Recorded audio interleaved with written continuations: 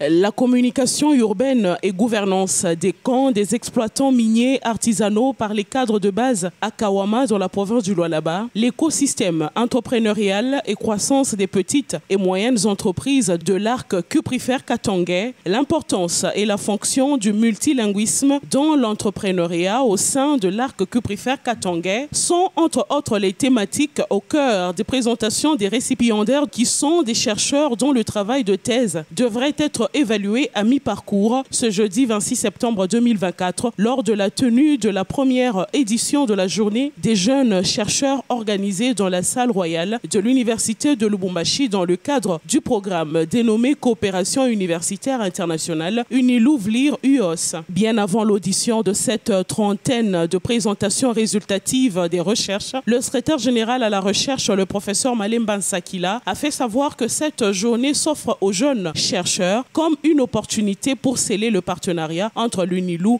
et VLIR-UOS. Jeunes chercheurs de l'UNILU, voici votre journée. Elle s'offre à vous comme opportunité pour sceller ce partenariat entre l'université de Lubumbashi et le VLIR-UOS.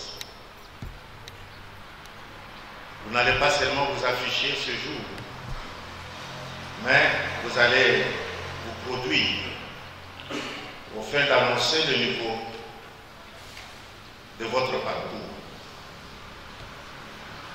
Tous, nous sommes fiers de vous, parce que nous attendons de vous l'aboutissement de vos projets, puisque aussi vous êtes la relève sur laquelle l'œil de notre institution est blanc. Prononçant son mot d'ouverture de la rencontre du jour, le recteur de l'UNILU, le professeur ordinaire Gilbert Kishiba Fitula, a appréhendé les différents chercheurs du jour comme la relève de qualité dont a besoin l'université, souhaitant en même temps l'amélioration en qualité de la coopération universitaire internationale UNILU-VLIR-UOS. Il y a là une partie prenante qui en fait est un placement pour assurer et même garantir en qualité la relève de qualité dont a besoin notre université, un investissement en ressources humaines de qualité pour que notre société en RDC soit justement qualitative. Et nous saluons ce privilège que nous accorde ici la présence de VLIR-UOS. Nous saluons tout l'investissement de longtemps et qui va durer comme un placement justement de cette coopération. Nous voulons qu'elle s'améliore en qualité et puis pour que les données qui proviendront d'ici servent à toutes les universités au monde. Désormais, les universités justement sont dans cette transversalité et cette mutualisation des recherches. La professeure Virginie Bito, coordinatrice nord du programme CEI UNILU, explique ici le sens qu'elle donne à l'activité du jour tout en fournissant des précisions sur l'étape prochaine après aujourd'hui.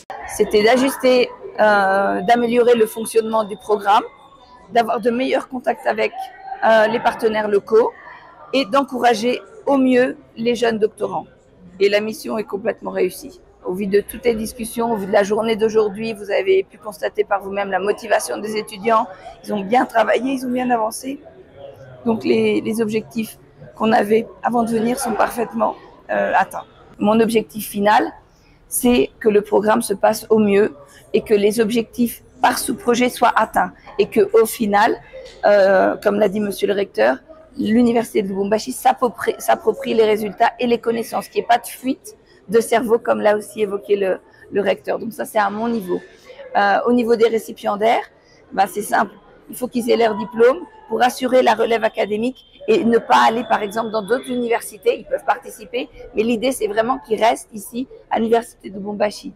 C'est bien de partir, de travailler dans des coopératives ou avec des sociétés minières ou d'aller dans d'autres universités, mais l'investissement financier et humain est avant tout pour Lubumbashi. Donc voilà, l'objectif c'est vraiment que les récipiendaires permettent une relève académique de qualité. Une fois de plus, ça doit être de qualité pour l'Université de Lubumbashi.